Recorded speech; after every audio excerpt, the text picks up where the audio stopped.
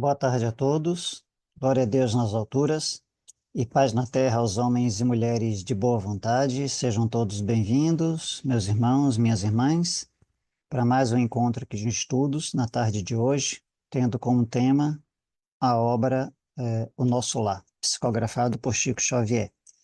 Para iniciar nossos trabalhos, vamos fazer a nossa prece de abertura. Senhor, fazei de mim um instrumento da vossa paz. Onde houver ódios, que eu leve o amor. Onde houver ofensas, que eu leve o perdão. Onde houver discórdias, que eu leve a união. Onde houver dúvidas, que eu leve a fé. Onde houver erros, que eu leve a verdade.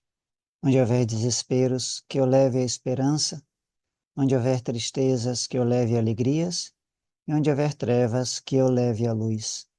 Ó Mestre, fazei com que eu procure mais consolar que ser consolado, compreender que ser compreendido, amar que ser amado, pois é dando que se recebe, é perdoando que se é perdoado, e é morrendo que se vive para a vida eterna. Que assim seja. Bom, meus irmãos, sejam todos bem-vindos. Vamos iniciar em instantes o estudo, mais um capítulo do livro Nosso Lar. E na tarde de hoje nós temos como tema o capítulo 7, que tem como título Explicações de Lísias. Lísias é aquele encarregado, né, auxiliar dos trabalhos do departamento do Clarencio, do Ministério do Clarencio, que acompanha mais de perto, né, o processo de recuperação e o tratamento do nosso irmão André Luiz. Então, inicia assim o capítulo 7. Repetiram-se as visitas periódicas de Clarencio e a atenção diária de Lísias. À medida que procurava habituar-me aos deveres novos, sensações de desafogo me aliviavam o coração. Diminuíram as dores e os impedimentos de locomoção fácil. Olha só que interessante, né?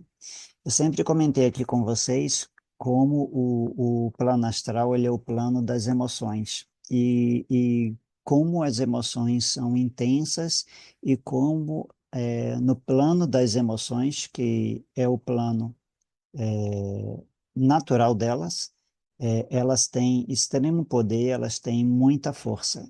Como no plano físico, as forças físicas, os incômodos físicos, as demandas físicas têm também uma grande relevância. Então ele fala aqui, ó, à medida que ele foi habituando-se aos deveres novos, ou seja, aquelas orientações que o Lísias e o Clarencio davam para ele, passavam para ele, sobre a mudança das suas perspectivas mentais, mas principalmente também as suas perspectivas emocionais, seus sentimentos, né? Sensações de desafogo me aliviavam o coração e diminuíram as dores e os impedimentos de locomoção fácil, né? E aí mais abaixo, já no início do próximo parágrafo, tem, né? Deleitava-me agora contemplando os horizontes vastos. Impressionavam-me, sobretudo, os aspectos da natureza. Quase tudo melhorada a cópia da Terra. Cores mais harmônicas, substâncias mais delicadas. Ok? Aqui ele fala a perspectiva dele, né? Que quase tudo era uma cópia melhorada da Terra, mas na realidade, como nós já tivemos a oportunidade de estudar, né, é o corpo astral que serve, digamos assim, de elemento ou de molde ou de partida para a composição do corpo etérico, do duplo etérico e também do corpo físico. Então, no processo reencarnatório, o corpo astral, a formação do corpo astral, ele precede a formação do corpo físico, ok? Então, por assim dizer, não é o astral, que é cópia do físico, né? É o físico que é uma cópia grosseira do astral, dentro dessa perspectiva. E aí ele continua aqui, né? Grandes árvores, pomares fartos, jardins deliciosos. Todos os departamentos apareciam cultivados com esmero, né? E aí ele traça aqui uma série, no parágrafo inteiro, longos detalhamentos sobre a paisagem, a beleza, a harmonia, dos elementos presentes. Das janelas largas, observava curioso o movimento do parque. Extremamente surpreendido, identificava animais domésticos entre as árvores frondosas enfileiradas ao fundo. Nas minhas lutas introspectivas, olha só, as lutas internas dele, perdia-me em indagações de toda sorte, não conseguia atinar com a multiplicidade de formas análogas às do planeta, considerando a circunstância de me encontrar numa esfera propriamente espiritual. É uma esfera espiritual, mas é uma esfera imediatamente mais sutil, mas em relação à esfera física, ou seja, ela é imediata. Então, você tem a matéria física, o plano físico, logo de imediato, o plano astral como plano imediatamente mais sutil. E acima do astral, vamos ter o plano mental, acima do mental, aquilo que em determinadas tradições é chamado de plano búdico, ou plano da intuição espiritual, intuição verdadeira.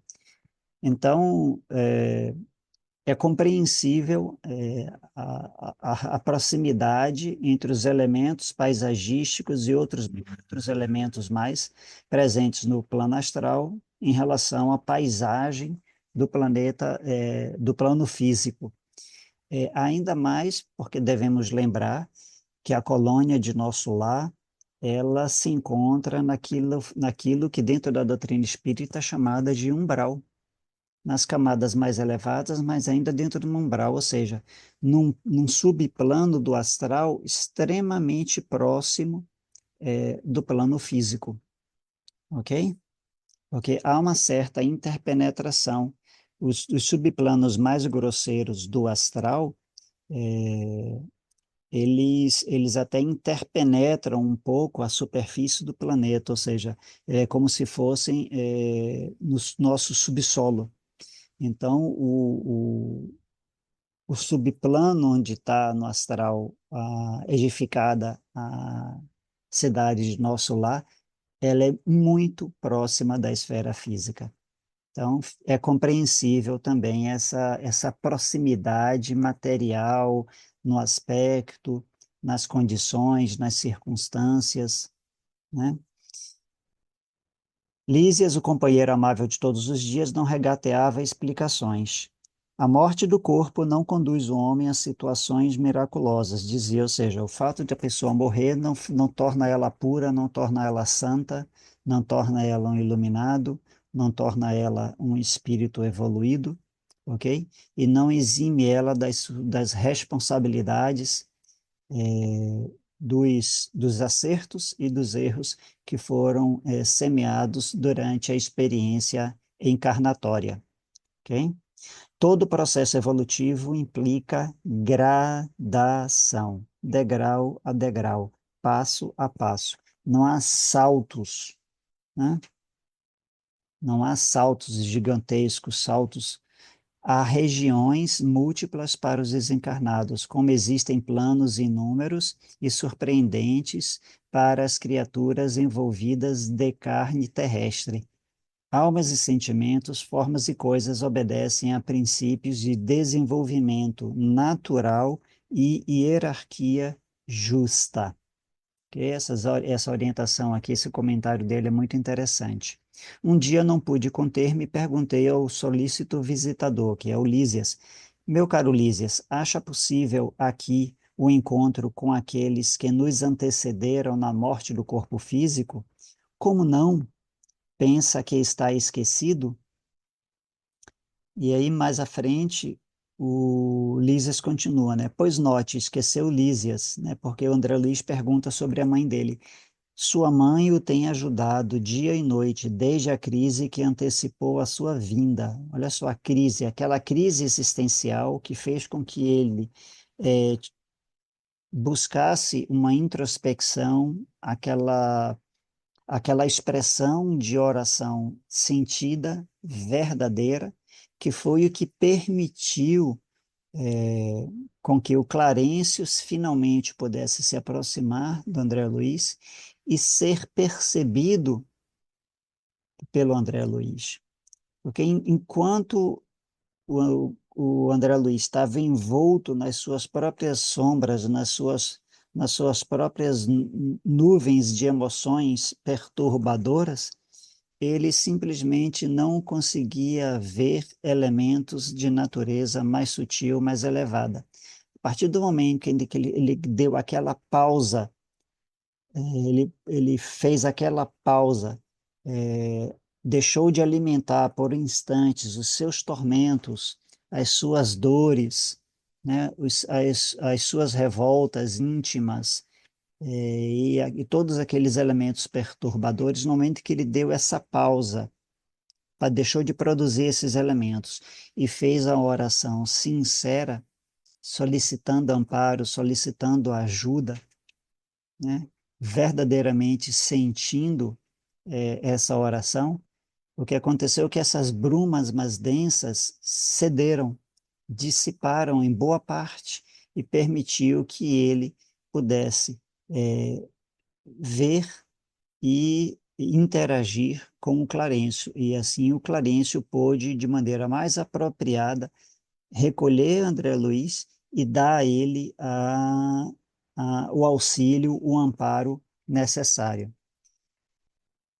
Sua mãe tem ajudado dia a dia desde a crise que antecipou a sua vinda, quando se acamou para abandonar o casulo terrestre, ou seja, acompanhava André Luiz a sua dor desde da sua crise de saúde derradeira, enquanto ele ainda estava encarnado.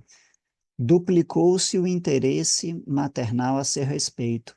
Talvez não saiba ainda que sua permanência nas esferas inferiores, ou seja, ali ó, nas esferas inferiores, plano astral, mas o Lísias chama de esferas inferiores, durou mais de 8 anos consecutivos. Ela jamais desanimou, intercedeu muitas vezes em nosso lar a seu favor, rogou os bons ofícios de Clarencio, que começou a visitá-lo frequentemente. Olha só, nesses 8 anos, Clarencio frequentava, mas como eu comentei, ele não conseguia ser visto, ser percebido pelo André Luiz. Até que o médico da terra, vaidoso, se afastasse um tanto, ou seja, vaidoso, aquelas perturbações, a fim de surgir o Filho dos Céus, ou seja, aquele ser, aquele indivíduo, buscando a redenção das suas próprias dores. Compreendeu? No dia em que você orou com tanta alma, prosseguiu o enfermeiro visitador, quando compreendeu que tudo no universo pertence ao Pai Sublime, seu pranto era diferente. Não sabe que há chuvas que destroem e chuvas que criam? Olha que analogia, né, fantástica. Há chuvas que destroem e chuvas que criam. Lágrimas também são assim. E aí, mais à frente, no próximo parágrafo, e onde está minha mãe? Exclamei por fim. Se me é permitido, quero vê-la, abraçá-la, ajoelhar-me a seus pés. Não vive em nosso lar, esclareceu Lísias. Habita esferas mais altas, onde trabalha não somente por você. Olha só, isso aqui também é importante.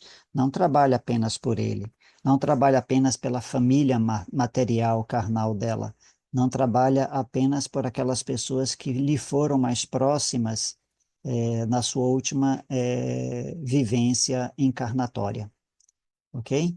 Virá vê-lo, por certo, antes mesmo do que pensamos. E aí continua.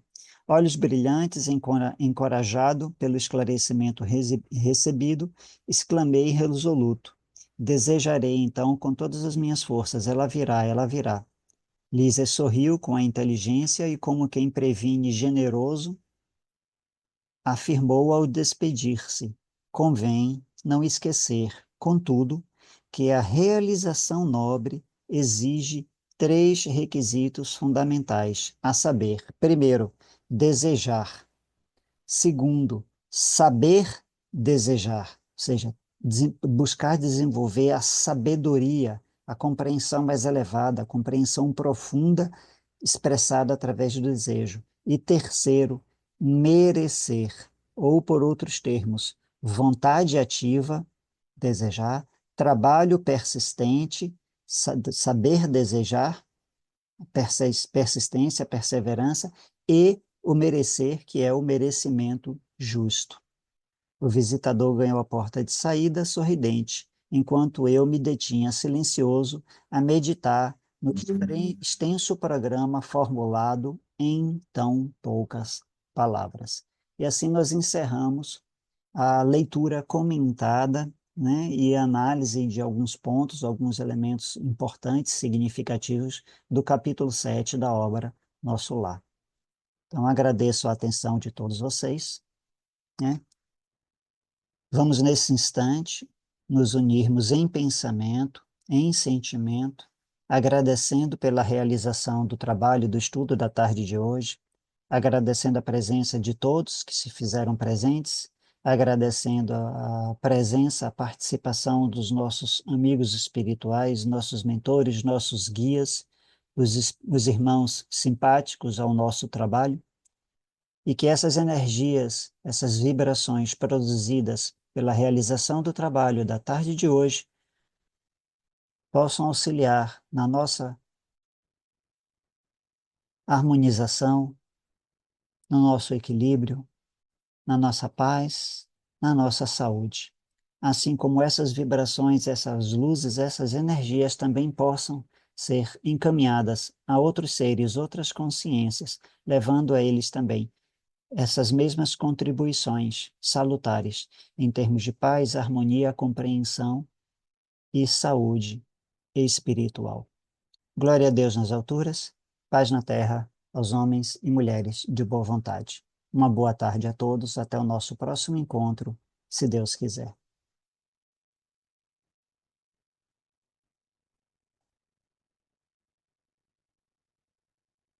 Então,